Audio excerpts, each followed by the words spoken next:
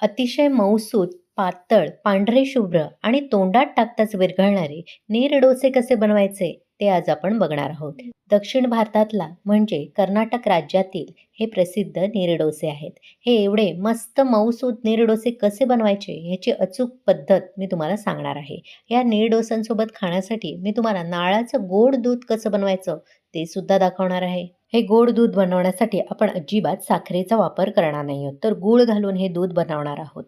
तांदळाच्या पिठाचा वापर न करता पारंपरिक पद्धतीने म्हणजेच फक्त 1 कप तांदळाचा वापर करून आपण 10 ते 12 मऊ लुसलुशीत नीर डोसे बनवणार आहोत. स्वस्तात मस्त पोटभरीचा हा नाश्ता तयार होतो आणि खायला देखील तितकाच चविष्ट लागतो. चला तर मग लगेचच पाहूया पारंपरिक पद्धतीने नीर डोसे आणि नारळाचे गोड दूध कसे बनवायचे. नमस्कार, मी प्रेषिताच किचनमध्ये तुम्हा सर्वांचे पुन्हा एकदा खूप खूप स्वागत करते. सर्वात आधी एका बाउलमध्ये इथे मी 1 कप भरून तांदूळ घेतले आहेत. रोजच्याच वापरातले, ज्याचा आपण भात रोज घरी करतो तेच आपल्याला तांदूळ वापरायचे आहेत. इथे मी रोजच्या वापरातले वाडा कोलम जे तांदूळ असतात त्याचाच वापर केला आहे. इंद्रायणी तांदूळ जर तुम्ही रोजच्या आहारामध्ये वापरत असाल तर त्याचा शक्यतो वापर करू नका. ज्याचा भात अगदी खूप चिकट होतो असे तांदूळ वापरू नका. बाकी कोणतेही तांदूळ तुम्ही रोजच्या वापरातले वापरू शकता.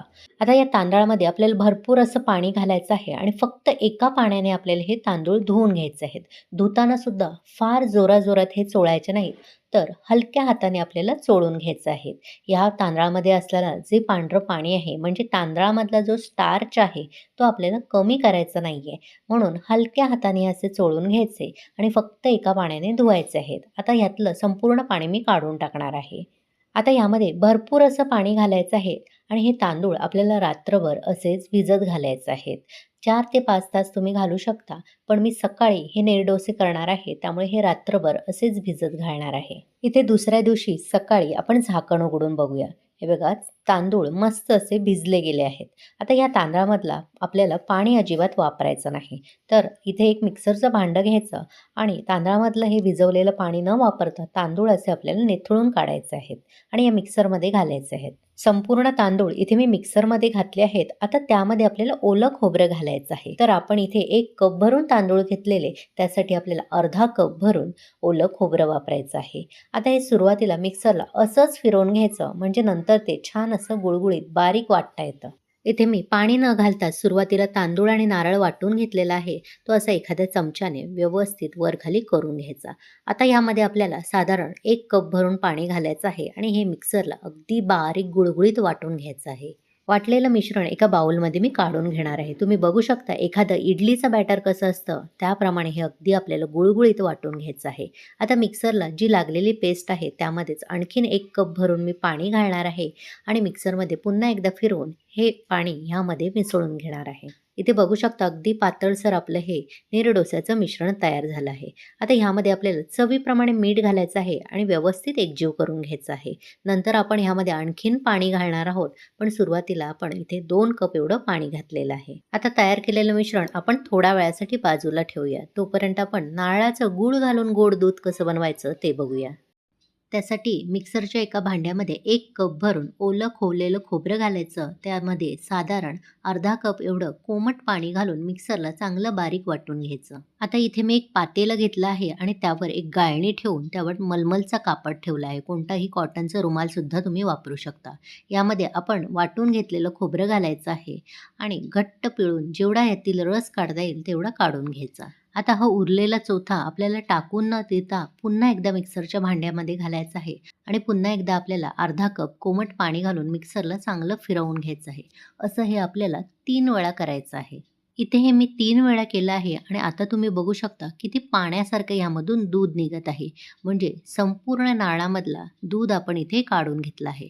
आता जो उरलेला आहे तो चोथा आहे, यामध्ये बिलकुल दूध शिल्लक नाही. हे आपल्याला टाकून द्यायचं आहे. इथे बघू शकता आपल्याला नारळाचं दाटसर असं दूध मिळालं आहे. आता ह्यामध्ये आपल्याला पाव कप एवढं चिरलेलं गूळ घालायचं आहे. सोबतच इथे मी थोडीशी वेलची खलबत्त्यामध्ये कुटून घेतली आहे ती घालणार आहे आणि एक छोटा तुकडा जायफळचा यामध्ये किसून घालायचा. अगदी थोडंसं जायफळ यामध्ये किसून घालायचं आहे. आता हे सर्व आपल्याला व्यवस्थित एकत्रित करून घ्यायचं आहे जोपर्यंत यामधला गूळ विरघळत नाही. त्यामुळे गूळ अगदी आपल्याला बारीक सुरुवातीलाच कापून घ्यायचा आहे, म्हणजे व्यवस्थित ह्यामध्ये विरघळला जातो. इथे बघू शकता संपूर्ण गूळ विरघळला गेला आहे. आता हे लगेचच आपण सर्व्ह करून घेऊया. इथे आपलं नारळाचं गोड दूध नीर डोस्यासोबत खाण्यासाठी तयार आहे. आता आपण लगेचच नीर डोसे कसे बनवायचे ते बघूया. आता आपण मगाशी बाजूला ठेवलेलं मिश्रण बघूया. हे मिश्रण अजूनही थोडंसं घट्टसर आहे, त्यामुळे ह्यामध्ये आणखीन 1 कप भरून मी इथे पाणी घालणार आहे. भरपूर असा पाण्याचा वापर करायचा असतो या डोस्यामध्ये. जेवढं पातळ मिश्रण बनेल तेवढे डोसे पातळ आणि मऊसूत बनतात. मी इथे तुम्हाला पळीवर सुद्धा दाखवत आहे. बघू शकता किती पातळ ह्याला लेयर आली पाहिजे. एवढं पातळ आपलं हे मिश्रण बनलं पाहिजे. सुरुवातीला एक डोसा घालून बघायचा. जर तुम्हाला तो जाड वाटत असेल तर थोडंसं पाणी यामध्ये मिसळू शकता. डोसे बनवण्यासाठी इथे मी नॉनस्टिक तवाच गॅसवर गरम करत ठेवला आहे. तुम्ही बिडाचा तवा किंवा जी काईल असते त्यामध्ये सुद्धा घावणे करू शकता. आता गॅसची आच मोठी ठेवायची आणि तवा चांगला कडकडीत गरम करून घ्यायचा. आता एका ब्रशच्या मदतीने किंवा नाळ्याची जी शेंडी असते त्याने तुम्ही तेल लावून घेऊ शकता. आता गॅसची आच मोठीच ठेवायची. आपण तयार केलेलं मिश्रण पुन्हा एकदा एखाद्या फुलपात्राने वर खाली मिक्स करून घ्यायचं, म्हणजे तांदळाचा जो गाळ असतो तो तळाला बसत नाही. आता फुलपात्रभर मिश्रण घ्यायचं आणि कडेपासून सोडत येऊन नंतर मध्यभागी असं सोडायचं. थोडंसं वरूनच घालायचं 1-2 इंच वरून, म्हणजे छान याला जाळी सुटली जाते. आणि हे डोसे घालताना गॅसची आच मोठी ठेवायची. एकदा डोसा घालून झाला की गॅसची आच मध्यम ठेवायची आणि पुढचे 2 मिनिटं डोस्याच्या कडा सुटेपर्यंत वाट बघायची. हे नीर डोसे शिजवताना त्यावर झाकण ठेवायची सुद्धा गरज नाही. भरपूर पाणी असल्यामुळे लगेचच हे डोसे शिजले जातात. पुढच्या 2 मिनिटात मध्यम आचेवर बघू शकता डोस्याच्या कडा सुटल्या गेल्या आहेत. आता सगळीकडून डोसा हा सोडवून घ्यायचा आणि उलटून हा डोसा पुढच्या अर्धा मिनिटं दुसऱ्या बाजूने शेकून घ्यायचा. एका बाजूने शेकून लगेच काढलात तरी चालेल, पण मी दोन्ही बाजूने शेकून घेते.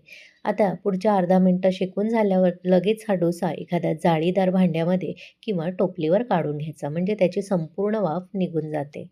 आता आणखीन 2-3 नीर डोसे मी तुम्हाला करून दाखवते. तवा चांगला कडकडीत गरम करून घ्यायचा. एखाद्या ब्रशच्या मदतीने तेल लावून घ्यायचं.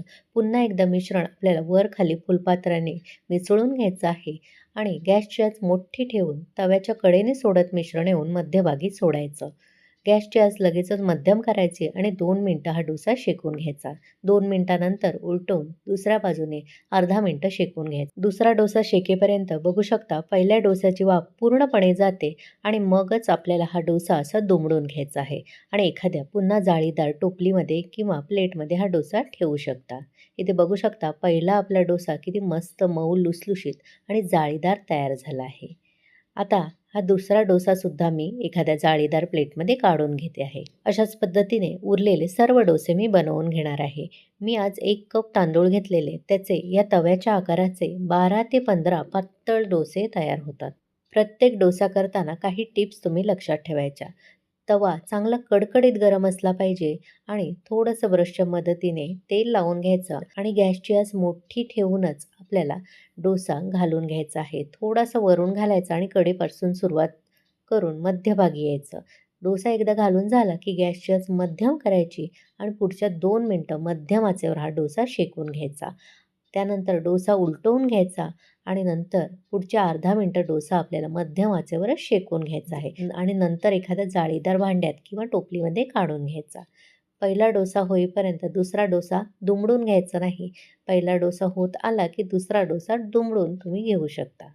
इथे मी आत्तापर्यंत 10 डोसे बनवून घेतले आहेत. अजून 2-3 डोसे माझे बनवायचे शिल्लक आहेत. आता इथे मी तुम्हाला हा नीर डोसा उघडून दाखवते. टेक्स्चरवरूनच तुम्हाला समजलं असेल किती पातळ आणि जाळीदार हे डोसे तयार झाले आहेत. जाळी तुम्ही बघू शकता किती सुंदर आहे. माझा हातसुद्धा आरपार दिसतोय. एवढे पातळ आणि पांढरे शुभ्र हे डोसे तयार झाले आहेत. तुम्ही सुद्धा करून बघा आणि कसे झाले ते कमेंट करून मला नक्की कळवा. माझी आजची रेसिपी तुम्हाला आवडली असेल आणि टिप्स आवडल्या असतील तर रेसिपीला एक लाईक करा. जास्तीत जास्त लोकांना शेअर करा. प्रेषिताच किचनला सबस्क्राईब करायला विसरू नका. सोबतच नोटिफिकेशनचं ऑलचं बटन दाबा, जेणेकरून माझ्या अशाच सर्व रेसिपी तुम्हाला लगेचच पाहता येतील. हे डोसे तुम्ही या नारळाच्या गोड दुधासोबत खाऊ शकता किंवा तुम्हाला जेवणामध्ये खायचे असतील तर भाजीसोबत खाऊ शकता, आमटीसोबत कशाबरोबरही खाऊ शकता, चटणीबरोबर सुद्धा खाऊ शकता. नक्की करून बघा. चला तर मग पुन्हा भेटू अशाच मस्त, स्वादिष्ट, भरपूर टिप्स आणि अचूक प्रमाण असलेल्या रेसिपीसह. धन्यवाद.